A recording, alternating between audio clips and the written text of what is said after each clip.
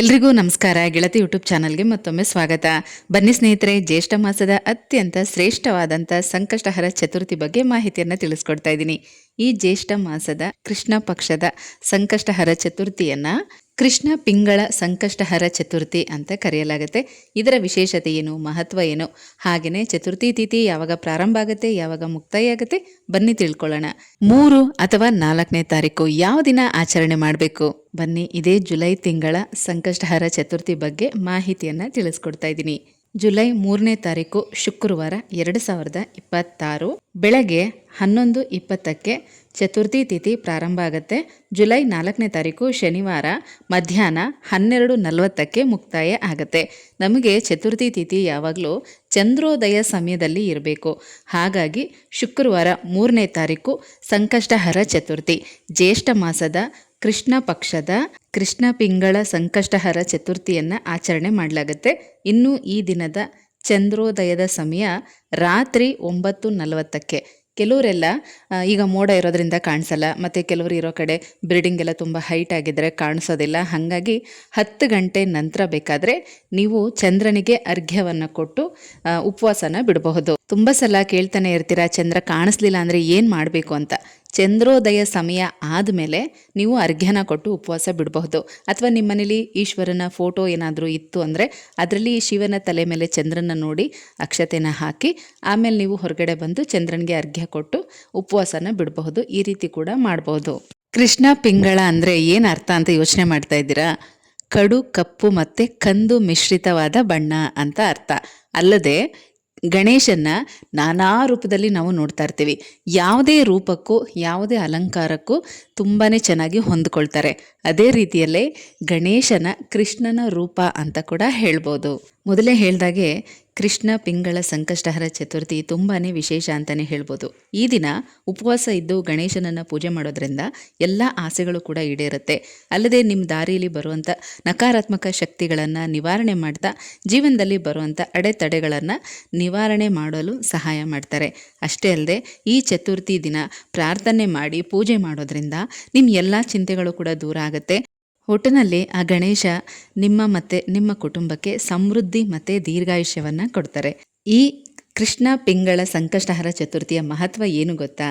ಭೂಮಿ ಮೇಲೆ ಗಣೇಶ ತನ್ನ ಉಪಸ್ಥಿತಿಯನ್ನು ನಿರೂಪಿಸ್ತಾರೆ. ಅಂದರೆ ನಾನು ನಿಮ್ಮ ಜೊತೆ ಇದ್ದೀನಿ ಅನ್ನೋದನ್ನು ತೋರಿಸ್ಕೊಡ್ತಾರೆ. ಭಕ್ತರಿಗೆ ಒಂದು ನಂಬಿಕೆಯನ್ನು ತರಿಸ್ತಾರೆ. ಏನು ಗೊತ್ತಾ, ಈಗ ನಾವೇನಾದರೂ ಬೇಡ್ಕೊಂಡಾಗ ಅದು ಈಡೇರಿದ್ರೆ ದೇವ್ರು ನಮ್ಮ ಜೊತೆ ಇದ್ದಾರೆ ಅನ್ನೋ ಒಂದು ನಂಬಿಕೆ ನಮಗೆ ಬರುತ್ತೆ.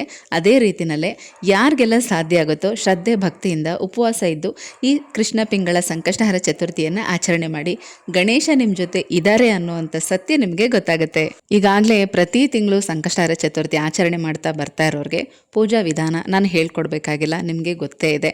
ಹಾಗೆ ಕೆಲವರೆಲ್ಲ ಕೇಳಿದ್ರಿ, ಅಂಗಾರಕ ಸಂಕಷ್ಟಹರ ಚತುರ್ಥಿ ದಿನ ಅಂದರೆ ಅದೇ ಮೊದಲನೇ ಸಲ ವ್ರತನ ಪ್ರಾರಂಭ ಮಾಡಿದ್ದೀವಿ, ಅದರ ನೆಕ್ಸ್ಟ್ ತಿಂಗಳಿಂದ ನಮಗೆ ಮಾಡೋದಕ್ಕಾಗಲಿಲ್ಲ ಬೇರೆ ಬೇರೆ ಕಾರಣಗಳಿಂದ ಅಂತ. ಅದು ಏನೂ ಮಾಡೋಕ್ಕಾಗಲ್ಲ. ಅದಕ್ಕೇ ಯಾವುದೇ ಒಂದು ವ್ರತನ ನಾವು ಪ್ರಾರಂಭ ಮಾಡಿದ್ರೂ ಗಣೇಶನ ಶ್ರದ್ಧೆ ಭಕ್ತಿಯಿಂದ ಪ್ರಾರ್ಥನೆ ಮಾಡಬೇಕು. ಯಾಕಂದರೆ ದ್ವಿತೀಯ ವಿಘ್ನ ಆಗಬಾರ್ದು ಅಂತ ಹೇಳ್ತಾರೆ. ಮೊದಲನೇ ದಿನ ಸಂಕಲ್ಪ ಪೂರ್ವಕವಾಗಿ ನಾವು ಪ್ರಾರಂಭ ಮಾಡಿರ್ತೀವಿ. ಎರಡನೇದು ಅಷ್ಟೇ ಶ್ರದ್ಧೆಯಿಂದ ನಾವು ಮಾಡ್ತಾ ಹೋಗಬೇಕು.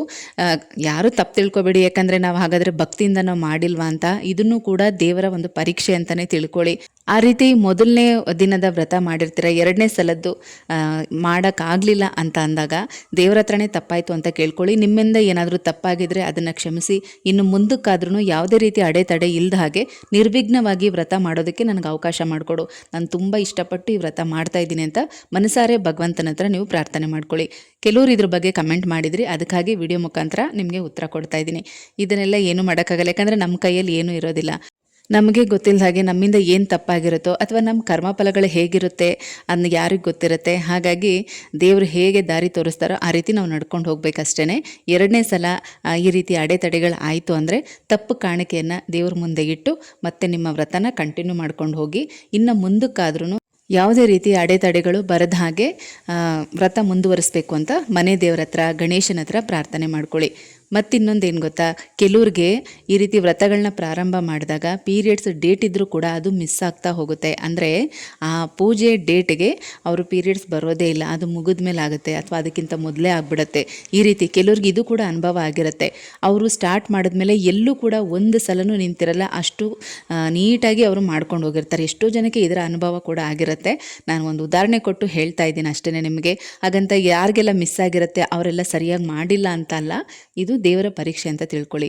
ಎಷ್ಟಾಗುತ್ತೋ ಅಷ್ಟು 99% ನಾವು ಮಾಡೋದಕ್ಕೆ ಪ್ರಯತ್ನ ಪಡಬೇಕು. ಇನ್ನು ಅದರ ಮೇಲೂ ಆಗಲಿಲ್ಲ ಅಂದರೆ ಅದು ದೈವೇಚ್ಛೆ ಅಂತ ಬಿಡಬೇಕು. ನಾನು ಅಷ್ಟೇ ಹೇಳ್ತಾ ಇರೋದು. ಪೀರಿಯಡ್ಸ್ ಆಗೋದು ಅಥವಾ ಬೇರೆ ಏನಾದರೂ ಆರೋಗ್ಯ ಸಮಸ್ಯೆ ಆಗೋದು ಅಥವಾ ಫ್ಯಾಮಿಲಿಲಿ ಯಾರಿಗಾದ್ರೂ ಏನಾದರೂ ತೊಂದರೆ ಆಗೋದು, ಸೂತ್ಕಗಳಾಗೋದು, ಇದು ಯಾವುದು ನಮ್ಮ ಕೈಯಲ್ಲಿರಲ್ಲ. ಇದೆಲ್ಲ ಒಂದು ಆಕಸ್ಮಿಕನೋ ಅನಿವಾರ್ಯನೋ ಇರುತ್ತೆ ಅಂದ್ಕೊಳ್ಳಿ. ಆದರೆ ಮನೆಗೆ ನೆಂಟರು ಬಂದರು, ನಾವೆಲ್ಲೋ ಹೊರಗಡೆ ಹೋಗಬೇಕಾಯ್ತು ಅಥವಾ ಯಾವುದೋ ಫಂಕ್ಷನ್ಗೆ ಹೋಗಬೇಕಾಯ್ತು, ಹಂಗಾಗಿ ವ್ರತ ನಿಲ್ತು, ಏನು ಮಾಡೋದು ಅಂತ ಕೇಳಿದ್ರೆ ಇದೆಲ್ಲ ನಿಮಗೆ ಮೊದಲೇ ಗೊತ್ತಿರುತ್ತೆ ಅಲ್ವಾ. ಇಂಥ ದಿನ ಬರ್ತಾರೆ ಅಂದರೆ ಬೇರೆ ಏನಾದರೂ ನೀವು ವ್ಯವಸ್ಥೆ ಮಾಡ್ಕೋಬೇಕು. ಆ ದಿನ ಊಟ ತಿಂಡಿ ನಿದ್ದೆ ಏನಾದರೂ ಬಿಡ್ತೀವ? ಇಲ್ಲ ತಾನೆ. ಅದೇ ರೀತಿ ಪೂಜೆನೂ ಕೂಡ ನಮ್ಮ ಜೀವನದ ಒಂದು ಭಾಗ, ವ್ರತ ಕೂಡ ನಮ್ಮ ಜೀವನದ ಒಂದು ಭಾಗ ಆಗಿದೆ ಅಂದಮೇಲೆ ನಾವು ಏನು ಮಾಡಬೇಕೋ ಆ ಕೆಲಸ ನಾವು ಮಾಡಲೇಬೇಕು. ನಮ್ಮ ಕೈ ಮೀರಿ ಆಗಲಿಲ್ಲ ಅಂದಾಗ ಅದು ದೈವೇಚ್ಛೆ ಅಂತ ನಾವು ಬಿಟ್ಬಿಡ್ಬೇಕು. ನಿಮಗೆ ಉತ್ತರ ಸಿಕ್ಕಿದೆ ಅಂತ ಅಂದ್ಕೊಂಡಿದ್ದೀನಿ. ಯಾರಿಗಾದರೂ ಈ ರೀತಿ ವ್ರತ ಸ್ಟಾರ್ಟ್ ಮಾಡಿದಾಗ ಅಡೆತಡೆಗಳಾಗ್ತಾ ಇದೆ ಅಂದರೆ ನಿಮ್ಮ ಮನೆ ದೇವರಿಗೆ ಅಥವಾ ಗಣೇಶನಿಗೆ ತಪ್ಪು ಕಾಣಿಕೆನ 11 ರೂಪಾಯಿ ಎತ್ತಿಟ್ಟು ಪ್ರಾರ್ಥನೆ ಮಾಡಿಕೊಂಡು ನೀವು ವ್ರತನ ಕಂಟಿನ್ಯೂ ಮಾಡ್ಬೋದು. ಶುಕ್ರವಾರ 3ನೇ ತಾರೀಕು ಕೃಷ್ಣ ಪಿಂಗಳ ಸಂಕಷ್ಟಹರ ಚತುರ್ಥಿ. ಹಿಂದಿನ ದಿನ ಗುರುವಾರನೇ ಆದಷ್ಟು ಪೂಜಾ ರೂಮ್ ಎಲ್ಲ ಕ್ಲೀನ್ ಮಾಡ್ಕೋಬಹುದು. ಆಮೇಲೆ ಶುಕ್ರವಾರ ಬೆಳಗ್ಗೆ ಸೂರ್ಯೋದಯಕ್ಕಿಂತ ಮೊದಲೇ ಎದ್ದು ಮನೆಯೆಲ್ಲ ಗುಡಿಸಿ ಒರೆಸಿ ಕ್ಲೀನ್ ಮಾಡಿ ತಲೆಗೆ ಸ್ನಾನ ಮಾಡಿಕೊಂಡು ಪೂಜೆ ಸಿದ್ಧತೆನ ಪ್ರಾರಂಭ ಮಾಡ್ಕೊಳ್ಳಿ. ಸೂರ್ಯೋದಯ ಸಮಯದಿಂದನೇ ಉಪವಾಸ ವ್ರತನ ಪ್ರಾರಂಭ ಮಾಡಬಹುದು. ಆದರೆ ಕಟ್ಟುನಿಟ್ಟಿನ ಉಪವಾಸ ಅಂತೇನಿಲ್ಲ, ಹಾಲು ಹಣ್ಣು ಲಿಕ್ವಿಡ್ ಐಟಮ್ ಎಲ್ಲ ತೊಗೋಬೋದು. ನಿಧಾನವಾಗಿ ಸಂಜೆ ಪೂಜೆ ಮಾಡಿದ್ರೆ ಒಳ್ಳೆಯದೇನೆ. ಯಾಕಂದರೆ 11:20ರಿಂದ ಚತುರ್ಥಿ ತಿಥಿ ಪ್ರಾರಂಭ ಆಗ್ತಾ ಇರೋದ್ರಿಂದ ನೀವು ಆರಾಮವಾಗಿ ಸಂಜೆನೇ ಮಾಡ್ಬೋದು. ಸಂಜೆ 5:30ರ ನಂತರ ನೀವು ಪೂಜೆ ಮಾಡ್ಕೋಬೋದು. ಗಣೇಶನಿಗೆ ಪಂಚಾಮೃತ ಅಭಿಷೇಕ ಮಾಡಿ ಗರಿಕೆ, ಬಿಳಿ ಎಕ್ಕದ ಹೂವು, ಗೆಜ್ಜೆ ವಸ್ತ್ರ ಇದನ್ನೆಲ್ಲ ಹಾಕಿ ಅಲಂಕಾರ ಮಾಡಿ ತುಪ್ಪದ ದೀಪಗಳನ್ನು ಹಚ್ಚಿ ತೆಂಗಿನಕಾಯಿ ಮತ್ತು ಬೆಲ್ಲನ ಸೇರಿಸಿ ಏನಾದರೂ ಸಿಹಿ ಪದಾರ್ಥ ಮಾಡಬಹುದು. ಕಾಯಿ ಬೆಲ್ಲ ಸೇರಿಸಿ ನೀವು ಮೋದಕ ಮಾಡಿಡ್ಬೋದು ಅಥವಾ ಸಿಹಿ ಅವಲಕ್ಕಿಗೆ ತೆಂಗಿನಕಾಯಿ ಬೆಲ್ಲನ ಸೇರಿಸಿ ಇಡ್ಬೋದು. ಈ ರೀತಿ ತೆಂಗಿನಕಾಯಿ ಬೆಲ್ಲನ ಸೇರಿಸ್ಕೊಂಡು ಸಿಹಿ ಪದಾರ್ಥ ಮಾಡಿ ನೈವೇದ್ಯಕ್ಕೆ ಇಡಬೇಕು. ಸ್ನೇಹಿತರೆ, ಕೆಲ್ಸಕ್ಕೆ ಹೋಗುವಂಥವ್ರು ಸಂಜೆ ಬಂದು ನಾವು ಅಭಿಷೇಕ ಪೂಜೆ ಎಲ್ಲ ಮಾಡೋದಕ್ಕಾಗಲ್ಲ ಅನ್ನೋರು ಬೆಳಗ್ಗೆ ಬೇಕಾದರೆ ನೀವು ಅಭಿಷೇಕ ಮಾಡಿ ಪೂಜೆ ಎಲ್ಲನೂ ಮಾಡ್ಕೊಳ್ಳಿ. ಬೆಳಗ್ಗೆ ಹಾಲು ಹಣ್ಣು ನೈವೇದ್ಯಕ್ಕಿಟ್ಟು ಪೂಜೆ ಮಾಡ್ಬೋದು. ಆದರೆ ಸಂಜೆ ನೈವೇದ್ಯ ಎಲ್ಲ ಮಾಡಿಟ್ಟು ತುಪ್ಪದ ದೀಪ ಹಚ್ಚಿ ನೀವು ಪೂಜೆ ಮಾಡಿ ಮತ್ತು ಕತೆನ ಸಂಜೆನೇ ಓದಬೇಕಾಗತ್ತೆ. ಕೆಲ್ಸಕ್ಕೆ ಹೋಗೋರು ಸಂಜೆ ಬಂದು ಸ್ನಾನ ಮಾಡಬೇಕಂದ್ರೆ ಮೈ ಸ್ನಾನ ಮಾಡಿಕೊಂಡ್ರೆ ಒಳ್ಳೆಯದು. ಅಥವಾ ಕೆಲವರಿಗೆ ಆಗಲ್ಲ ಮಾಡೋದಕ್ಕೆ ಅಂತಂದರೆ ಕೈಕಾಲು ಮುಖ ತೊಳ್ಕೊಂಡು ಬಟ್ಟೆ ಬದಲಾಯಿಸಿ ಒಗೆದಿರುವಂಥ ಮಡಿ ಬಟ್ಟೆಗಳನ್ನು ಉಟ್ಕೊಂಡು ಸಂಜೆ ಈ ರೀತಿಯಲ್ಲಿ ಪೂಜೆ ಮಾಡಬಹುದು.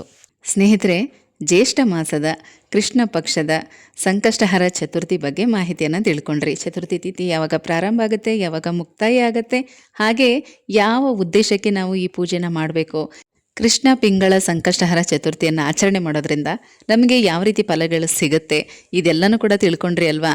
ಇನ್ನು ಪೂಜೆ ಮಾಡುವಂಥ ವಿಧಾನ ಹಾಗೆ ವ್ರತ ಕಥೆಯನ್ನು ಮುಂದಿನ ವಿಡಿಯೋದಲ್ಲಿ ತಿಳಿಸ್ಕೊಡ್ತೀನಿ. ಹೋಗಿ ಬರ್ಲಾ?